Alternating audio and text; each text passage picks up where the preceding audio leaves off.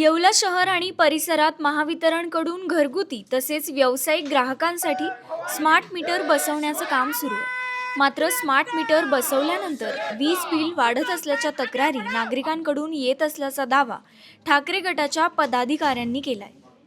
महावितरण कंपनीला आज आम्ही उद्धव बाळासाहेब ठाकरे शिवसेनेच्या वतीने एक निवेदन दिलं आणि त्या निवेदनामध्ये स्पष्ट सांगितलं का ते स्मार्ट मीटर जे तुम्ही सक्तीने बसवित आहे, ग्राहकावर त्याचा 4 पट लोड आला आहे. ते मीटर मध्ये काहीतरी फॉल्ट आहे. ज्या मीटर मध्ये ज्या ग्राहकाला 200 रुपये 500 रुपये बिल येणार, तो डायरेक्ट 2 ते 3 हजार रुपये बिल यायला लागलाय.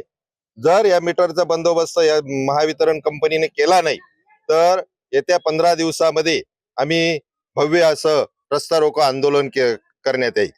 नागरिकांच्या शंकांचे निरसन करून स्मार्ट मीटर बाबत सखोल पडताळणी करावी अशी मागणी करण्यात आली आहे. अन्यथा तीव्र आंदोलन छेडण्याचा इशाराही ठाकरे गटाकडून देण्यात आलाय. न्यूज डेस्क, आपलं नाशिक.